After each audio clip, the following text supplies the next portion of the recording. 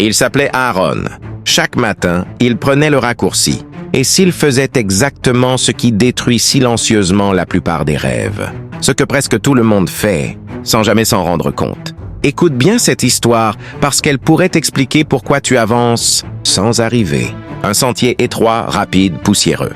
Il disait toujours « Pourquoi perdre du temps quand on peut aller plus vite ?» Mais chaque fois, il arrivait épuisé, en retard, avec des chaussures abîmées et le cœur lourd. Ses projets échouaient, ses efforts semblaient inutiles, et il pensait que la vie était injuste. Un jour, un vieil homme l'arrêta au bord du chemin. Il lui dit calmement « Tu choisis la vitesse, mais tu refuses la durée. » Aaron ne comprit pas tout de suite. Mais ce matin-là, pour la première fois, il prit le chemin long.